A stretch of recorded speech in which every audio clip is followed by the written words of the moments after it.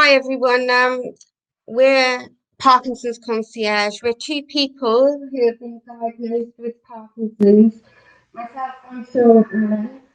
I was diagnosed with Parkinson's 16 years ago. Everyone with Parkinson's is totally different. Their symptoms are different. You know, everyone's so individual. And this is my partner, Russ Bradford. Hi everyone, I'm Russ. Parkinson's, or young Parkinson's, at the age of 40, 8 years ago. At the time I was diagnosed, I knew very little about the condition. I was one of the people who had a mental image of a typical Parkinson's person being at an older age, crouched over a walking stick and shaking a lot. But it is so much more than that, so feel free to Sorry, ask any questions. we can't hear you properly. Is it possible to bring the computer slightly closer to yourselves? Yeah. Is that better? That's slightly better, yes, thank you. Sorry about that. Apologies.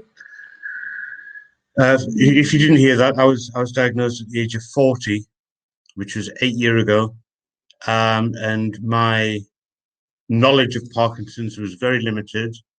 Like so many people, I assumed incorrectly that Parkinson's was a condition that only affected the older people, and they were like bent up. The symptoms just used to make them shake. So it's so much more than that. So please feel free to ask any questions in this chat, and we'll do our best to answer them for you. Us as a company, we've actually formed a company called Parkinson's Concierge. We're building a global community of people with Parkinson's and people affected by Parkinson's. And our main priority is to create awareness of Parkinson's and also improve the quality of life of the 10 million people worldwide who are affected by the Parkinson's condition.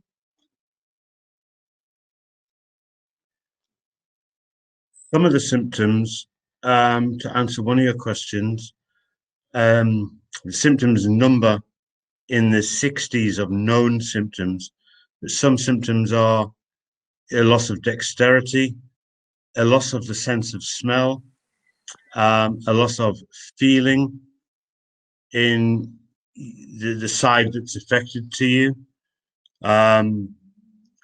You can start becoming obsessive. You can start becoming compulsive. A lot of that is caused by the side effects to medication rather than the condition itself. You can start developing eye problems where you start going, your sight becomes a little bit blurry. All sorts of things, really. For me personally, my worst symptoms are anxiety, and also I have a thing where my foot cramps up and I can't walk. You get it any time of the day, particularly in the night where your actual toes curl under. That is extremely painful. But medication that we take really hasn't been improved, or there's been no other breakthroughs for over 20-30 years on the medication we take, and that's called Cinemet. How does it affect your family?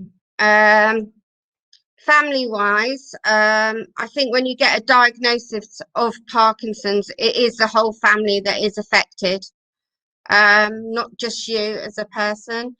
Your partner is actually affected probably more than the person living with the condition, because really there's nothing you can do to help.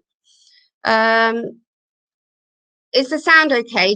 Can people hear? Because I'm just looking at the chat box. We can hear you. That's why I just try and stay as close to the mic as possible. Okay. But yeah, we can hear you. Lovely. Okay. How do you cope? Well, I think when you're diagnosed with Parkinson's, you've got two choices. You can either go into a deep, dark hole or think positive and look at life differently, really. For us, coping, we spend most of our lives looking for things and ways to improve, people's life with Parkinson's, be it products or services that can help people with Parkinson's. That's our aim. Hi, Zach. I've just got your message that you can't hear myself. I hope you can hear me now. With regards to it affecting the family, it can affect the family immensely, because it's not only the person who has the condition that has changed as such. It can affect every member of the family, because they can end up becoming a carer that they didn't anticipate at the start. It can affect things like simple things that one takes for granted, like going to the park for a kick around with a football with my son. My energy levels were so low that I wasn't able to do that. Not only that, coordination as well, as you're running across the football pitch or the park, just to be able to kick the ball straight. So yeah, to create awareness of the Parkinson's condition, both Russ and I have done lots of things outside of the community. We attend webinars where there's pharma, medical tech, all sorts of people, and literally we do stand up and tell our story, how we live with Parkinson's and what affects us. We've also had a film made of our life story, which is played by actors that are from EastEnders and other famous television shows. We've been on Couples Come Dine With Me to create awareness of Parkinson's, and obviously be filmed in our home, and people are able to see what difficulties and challenges we face every day. What do we do to help others with Parkinson's? I'll let Russ answer that. we search the World Wide Web. We search for products and services that could be of benefit to the quality of life for people with Parkinson's. Basically, as there's not a known cure for the condition, until such a time that a cure is forthcoming, the quality of life is the next best thing that we should be taking priority on. And Charlotte and I, Richard and Helen, who are part of our team, as well as numerous other individuals, we look for gadgets, products, services that not necessarily have been designed for people with Parkinson's, but make the lives of people with Parkinson's that much better. Just to go through the statistics with you as well, there's actually 145,000 people in the UK diagnosed with Parkinson's of various ages.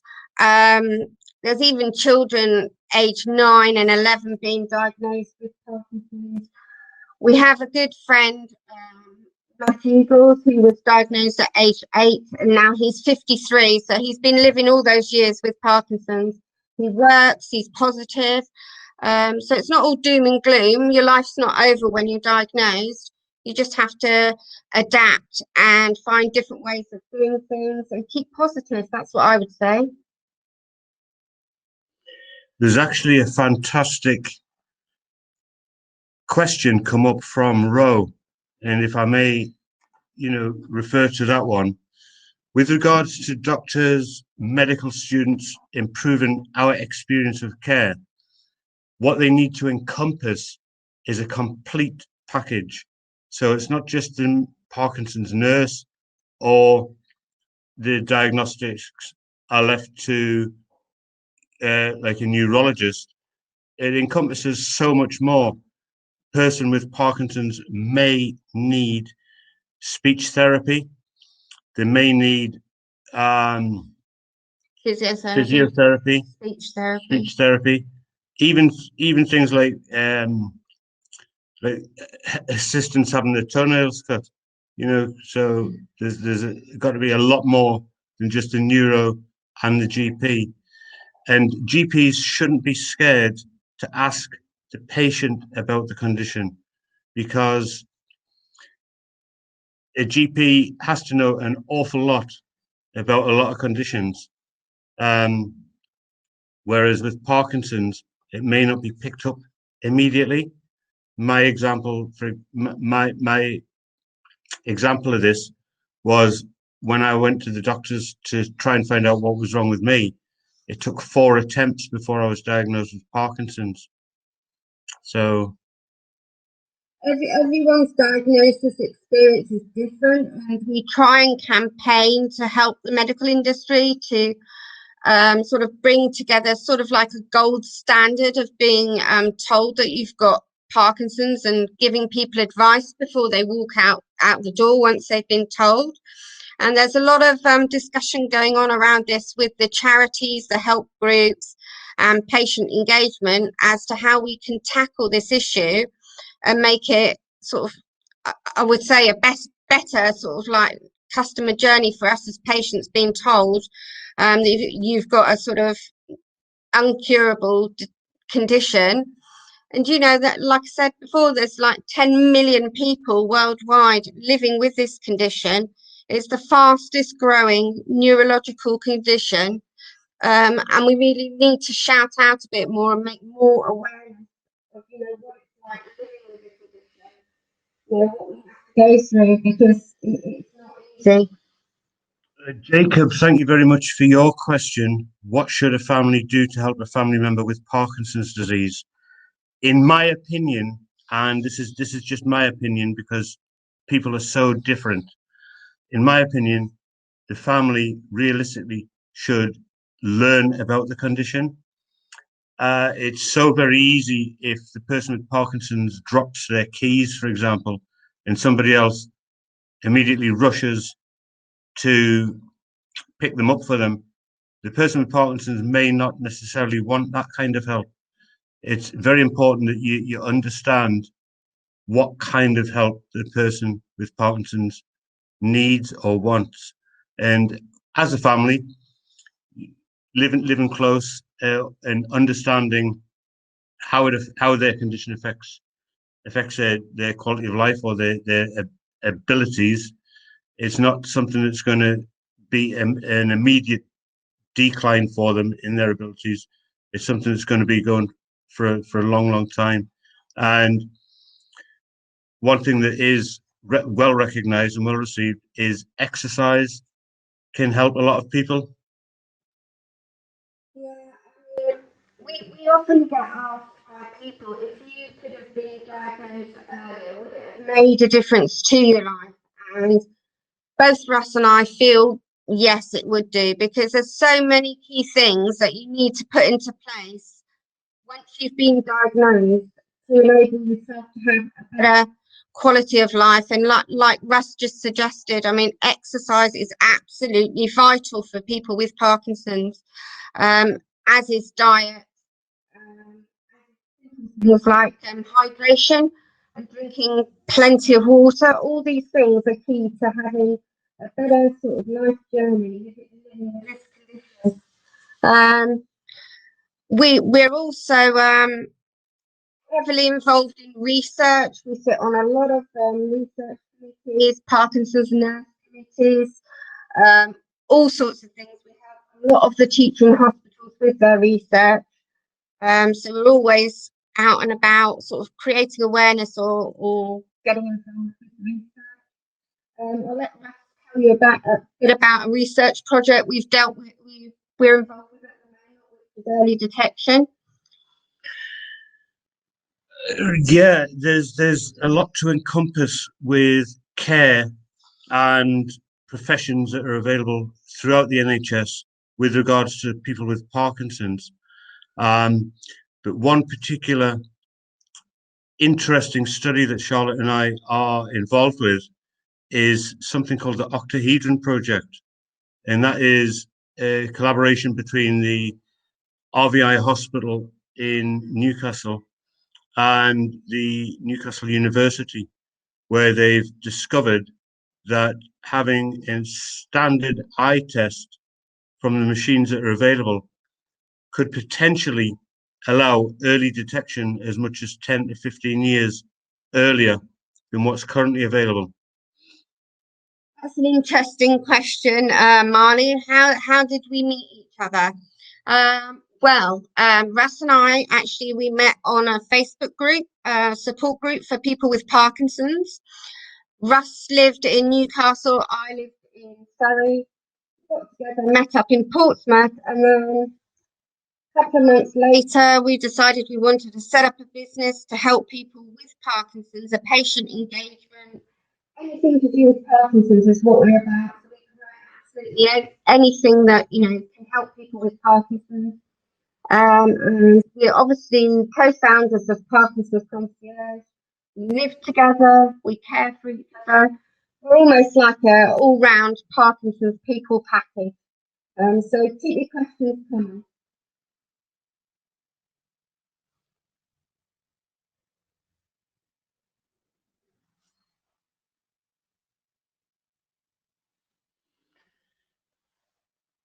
Very interesting question.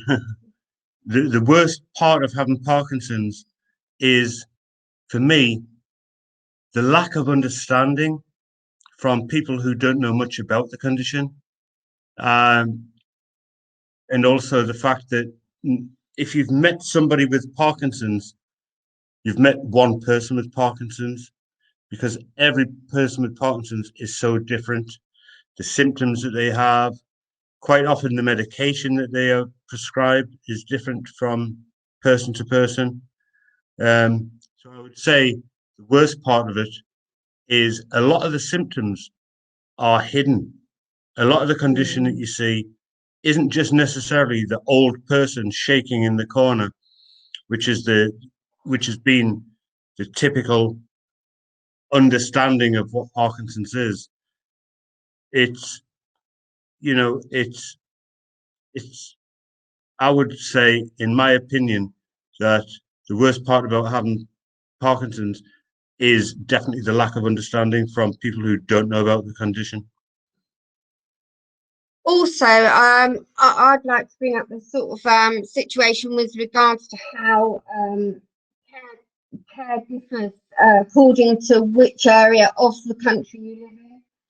Both Russ and I are extremely fortunate that we're in the Newcastle area. We have lots of hospitals and lots of support and very good and high standards of healthcare.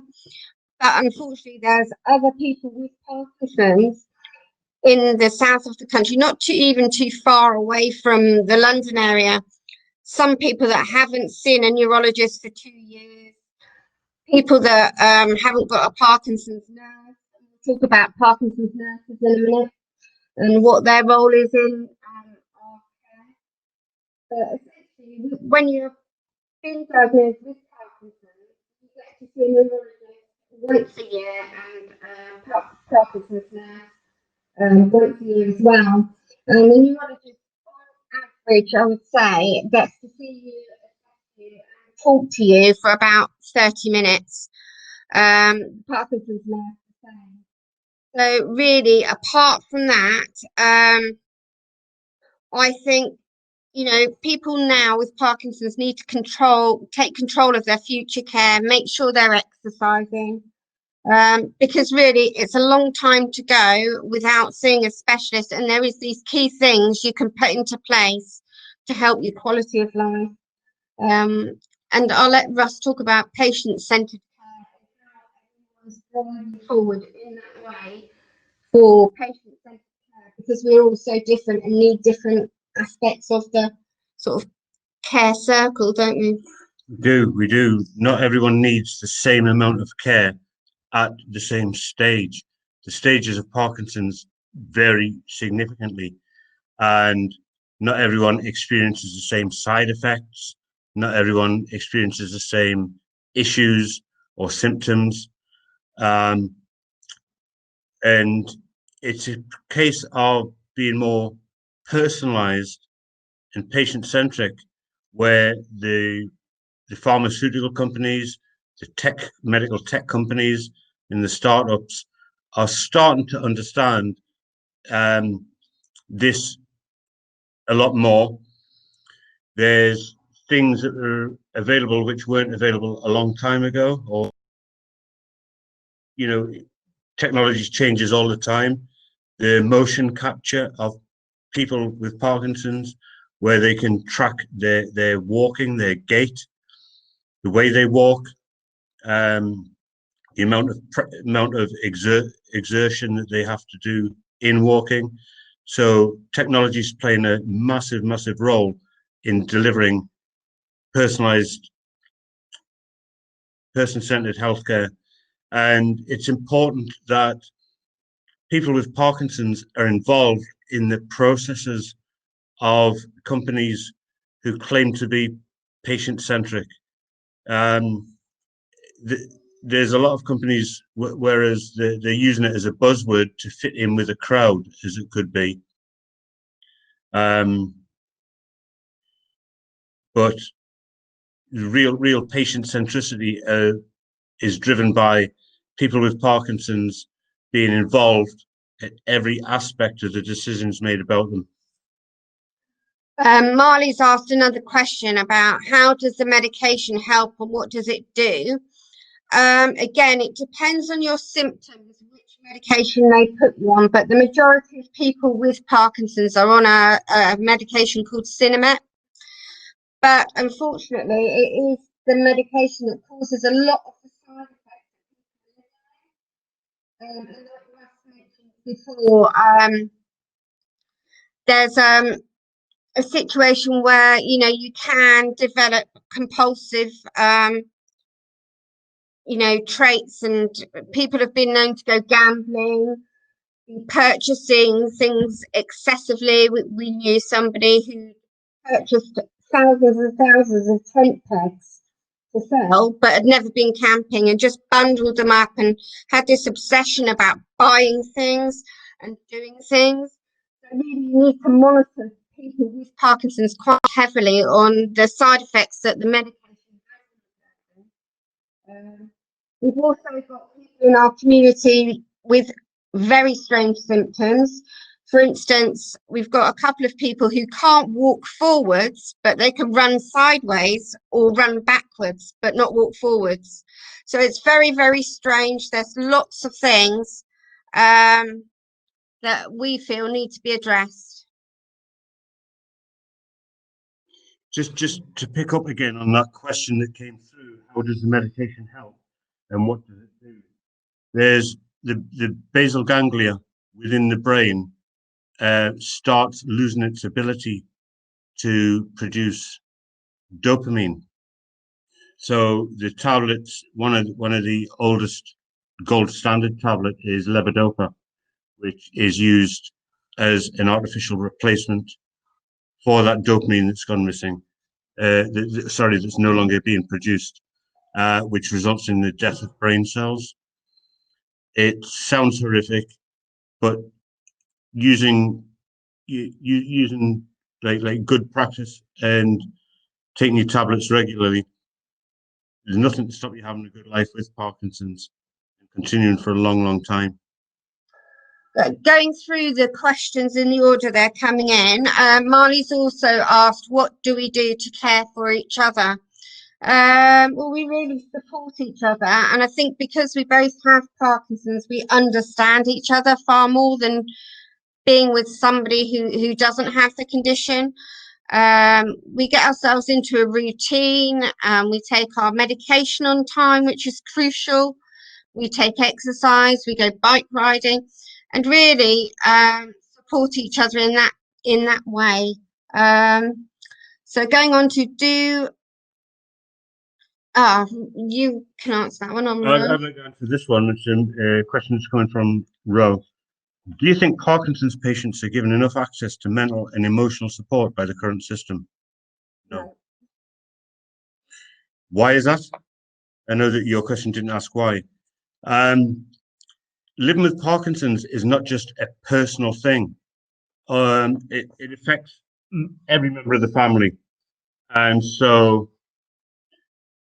it can affect them in different ways. Not only is it the person living with the condition that has to make these changes, quite often the rest of the family can be sort of isolated or pushed out of the way by the person with Parkinson's. And a lot of it needs to be thought of with regards to supporting the person with Parkinson's.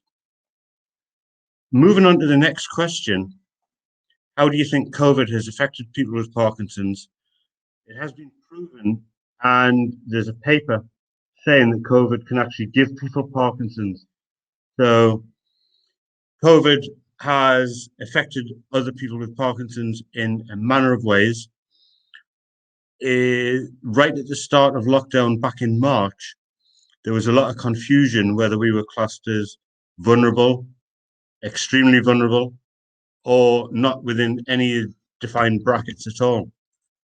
So because of that confusion, people were becoming anxious, they were becoming scared, they were becoming isolated, they were scared to leave their house, they were not exercising as regularly when the gyms shut down, and quite often it left them, like myself, to get a bit of a beer belly, which I'm personally working on. But things like that can have other effects, and it can also, like, the COVID situation has also caused a great deal of anxiety and for people with Parkinson's, and it has greatly increased mental issues such as, I hate to say it, but attempted suicides, because people just can't cope. Not only can't they cope, they're struggling to get things like the normal routine where they would see friends and family. These gates and obstacles are all being put in front of them. And actually, just to show how people are dealt with differently, I'm actually classed as extremely vulnerable. And then there's Russ, who will speak about DBS in a minute, because Russ has had deep brain surgery in October of last year. So personally, I would see Russ as being a more vulnerable person than myself. But however, I'm not sure how it's done or how it's decided, but I'm classed as extremely vulnerable, which I'm quite grateful of, because it gives me shopping slots. I don't have to go and stand in a queue at a supermarket, which was a horrific experience for me, being told that I had to go into the supermarket and I had to shop alone, which we always do everything together. And just the thought of actually going into a shop, self-distancing, being on my own and having to cope with packing everything alone, that just sent my anxiety totally through the roof. People react in different ways to people with Parkinson's because they don't understand the condition. We had one example of going to a supermarket, who remain nameless, and as the person was scanning the products, they were doing it at such a speed that we were becoming overwhelmed with regards to the speed in which we were trying to pack the products into the bags. And after we'd paid, we were still clearing off the final few items, only to hear the checkout assistant tell the next person, "I'm sorry you've had to wait for them too. They should have been a bit quicker." Yeah, and there's all sorts of things where people make comments, because obviously you can probably see more so on myself than Russ. We have sort of a mask of Parkinson's, people call it. So sometimes you'll look at somebody with Parkinson's and won't know they've got Parkinson's. You'll know something's wrong with them. And a lot of people who don't know me will probably make a comment and say, "Are you okay? Is something wrong?" Which is fine. Because they don't know, they're uneducated about the condition. Russ had another situation where he parked in a disabled bay, was going into a shopping centre, and the comment was what was the comment that was passed to you? The comment that was passed, because I was quite anxious at the time, I was shaking, I had a tremor in my right hand side. The comment that was made about me parking and going to the car was, "I don't know about driving, that guy should get back in the pub, he looks drunk." So these are all the things that we have to actually live with, and that we're trying to overcome and battle.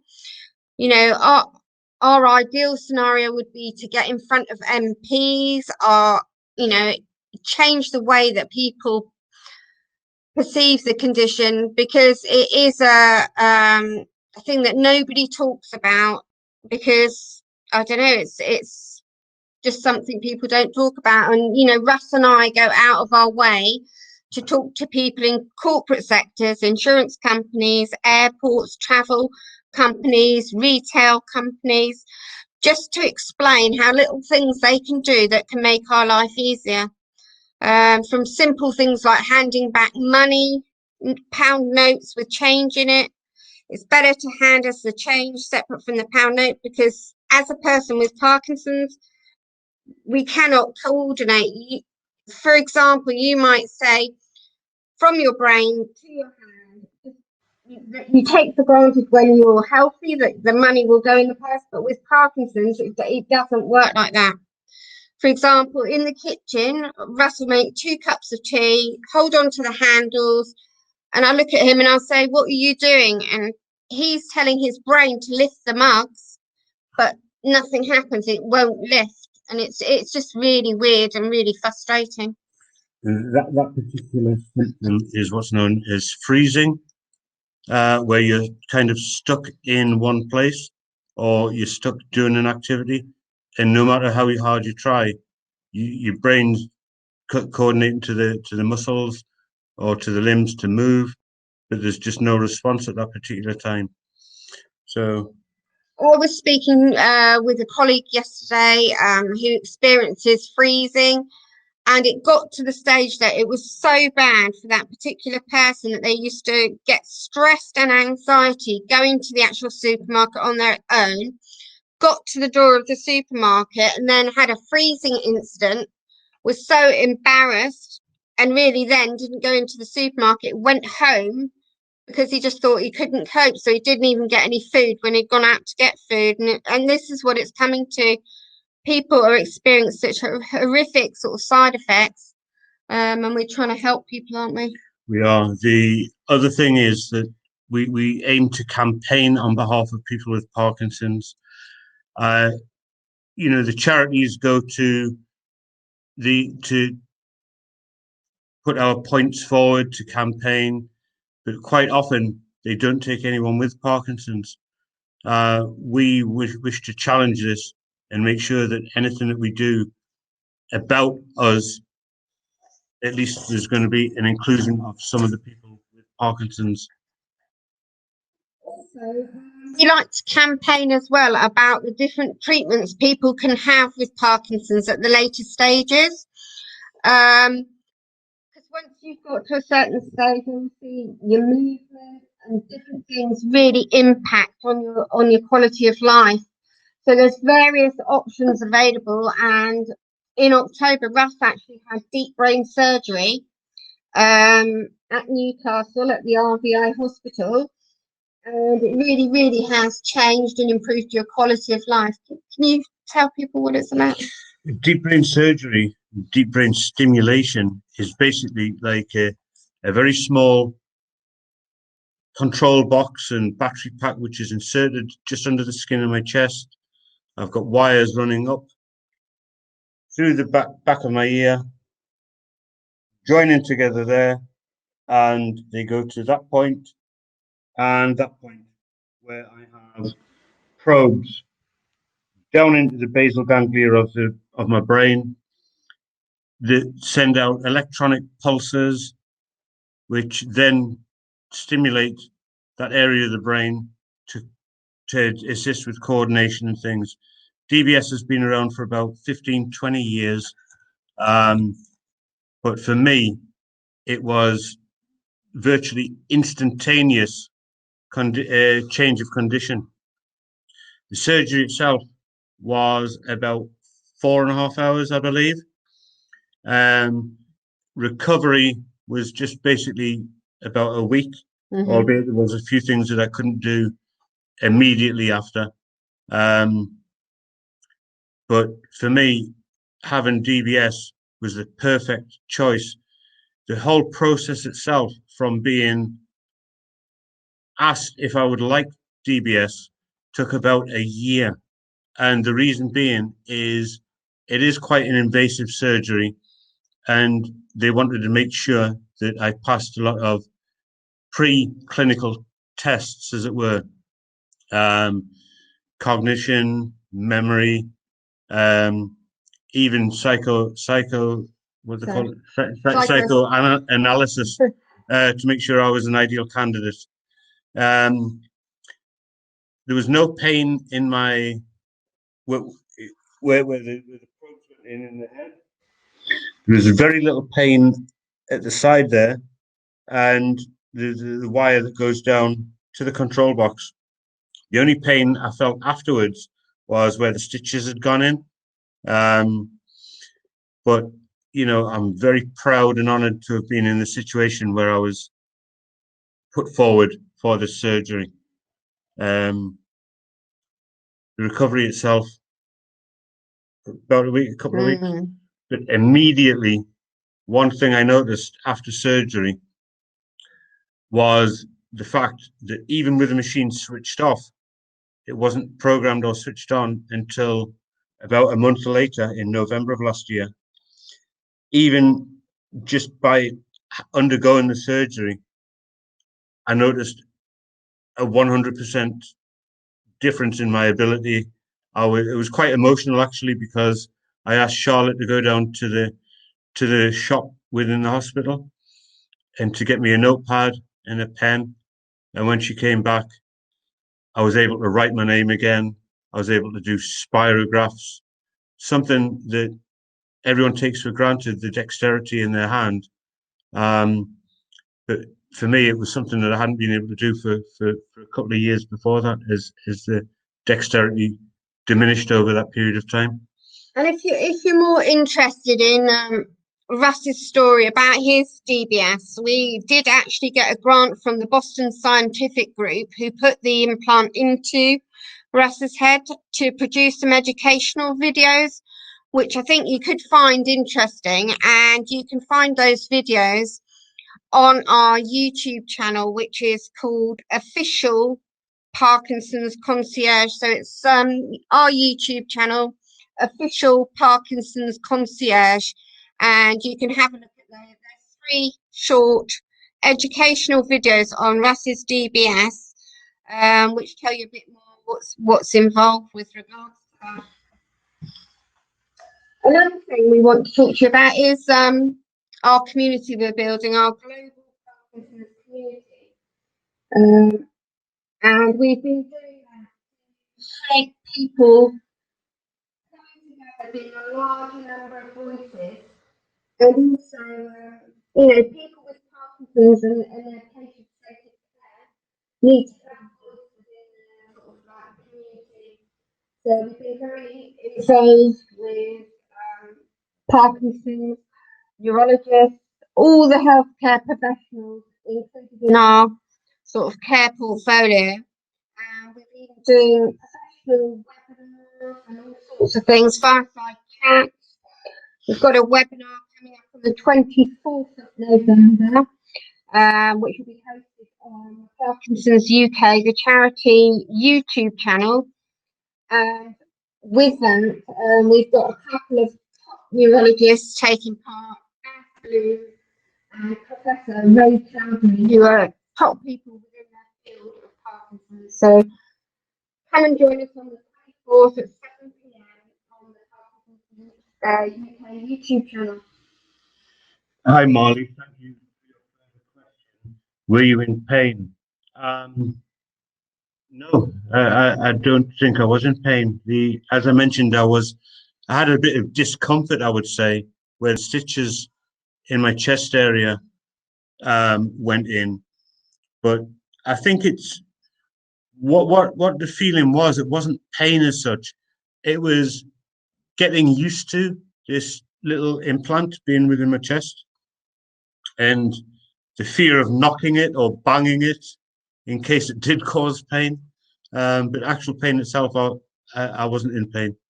So. Back to research and things like that, we're always being approached by Northumbria University, the National Institute for Health Research. We've had research papers that have been put into the British Medical Journal. We've also been in the Lancet. So we do really get involved in everything we can. And essentially, even though we are a business, up until now, we've been totally self-funded. Last year, we went to Japan to the World Parkinson's Congress. We're actually on the organising committee for the World Parkinson's Congress in 2022 in Barcelona. So really, we get involved in absolutely everything, don't we? We do. We get involved in everything passionately because we genuinely want to make a difference and make changes to for people with Parkinson's. We're not doing it for popularity reasons. We're doing it because we live with the condition and we've got the ability to make these changes, or we certainly try our best to make the changes. Marley, thank you again for your question. Unfortunately, it is all under the skin. My scars have healed immeasurably, so there's very little to see. Even like a close-up of my rapidly hair loss bonds. You can't see where the probes have gone in. I can feel a little indentation, but that's to be expected. But thank you very much for your continuous questions.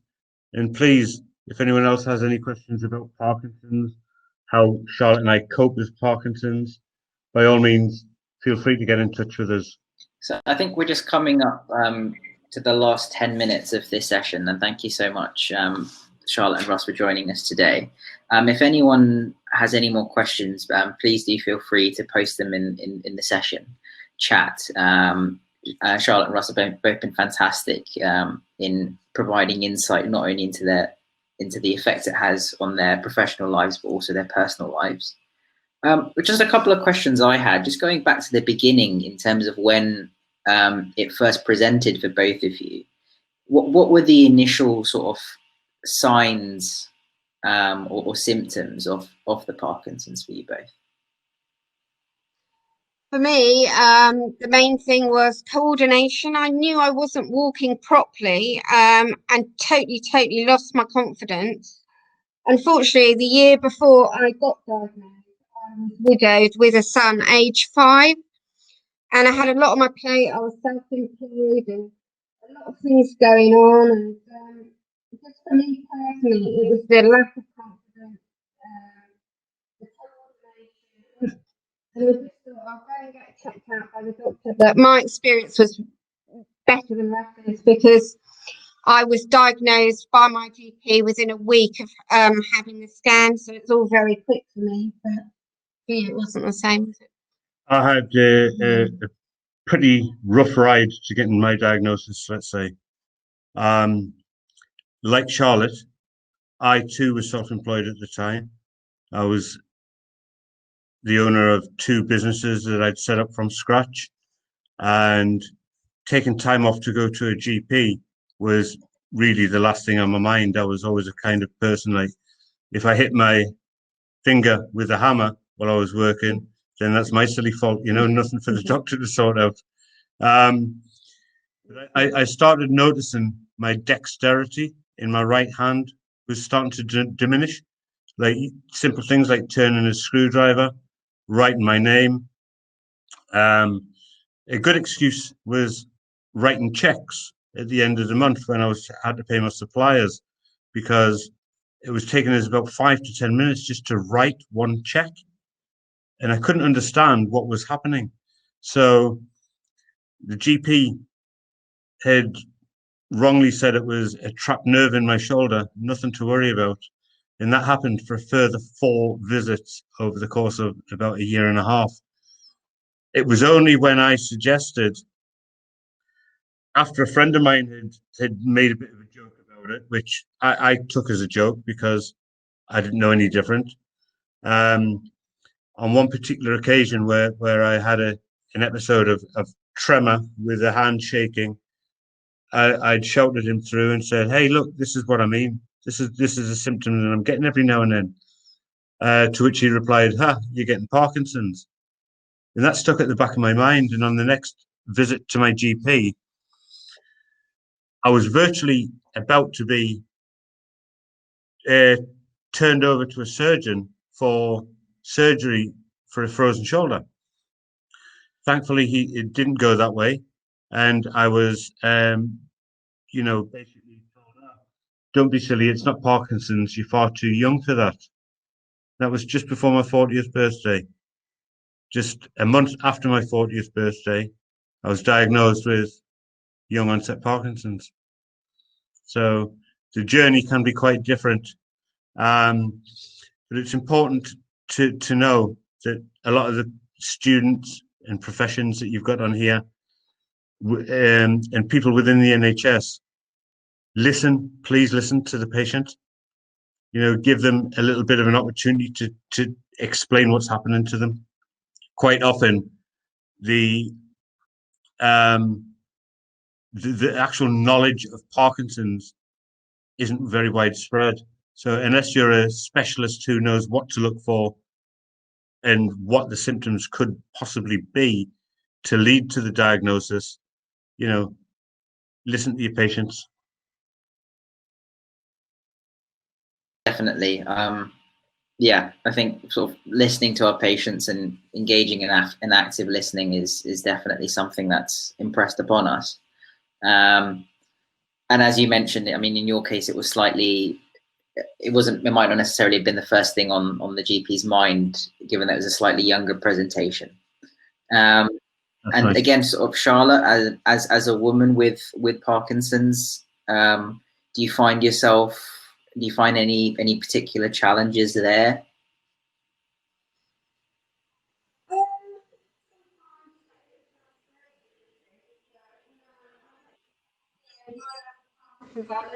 Sorry, Charlotte, I can't hear you. Can you come slightly closer? Sorry. I learned that to accept that I had this condition and make adaptations to my own life. And, you know, at the end of the day, there was no alternative for me but to carry on and keep going. And I think you need to keep doing as much as you possibly can yourself and stay as independent as you can. And that's the key of it for me, because, you know, it's keeping a positive mental attitude and doing as much as you can for yourself. Very well said. So there aren't any more questions on the session chat that I can see. And we're coming towards the end of the session there. As you mentioned, you have a YouTube channel there. So the name of the session again, of your channel again? Official Parkinson's Concierge. We've got a Facebook page as well. So we've got a Facebook page for research, which is Parkinson's Concierge Research. We've got Parkinson's Concierge Carers and Parkinson's Concierge. So you'll find us in 3 places on Facebook, and everything we do, everything we're involved in, any conferences, anything, you know.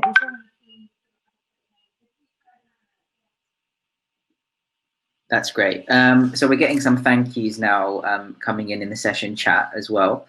Thank you very much for being so open with us as students at various stages, you know, of our journey.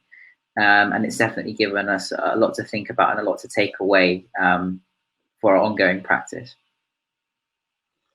Thank you so much, DJ. I mean, the comments here, you know, I'm a genuine guy, and quite often things like this can turn me to tears. I genuinely thank the opportunity to speak about something that we're so passionate about. So thank you for the invitation, and thank you so much for everyone who's like watched and listened to us. And we're very approachable, aren't we? So absolutely. Contact us at any time, anyone on Facebook, and we'll talk and help anyone out with any questions. We're here to help people help us. Cool. Many thanks, Charlotte. Many thanks again, Russ.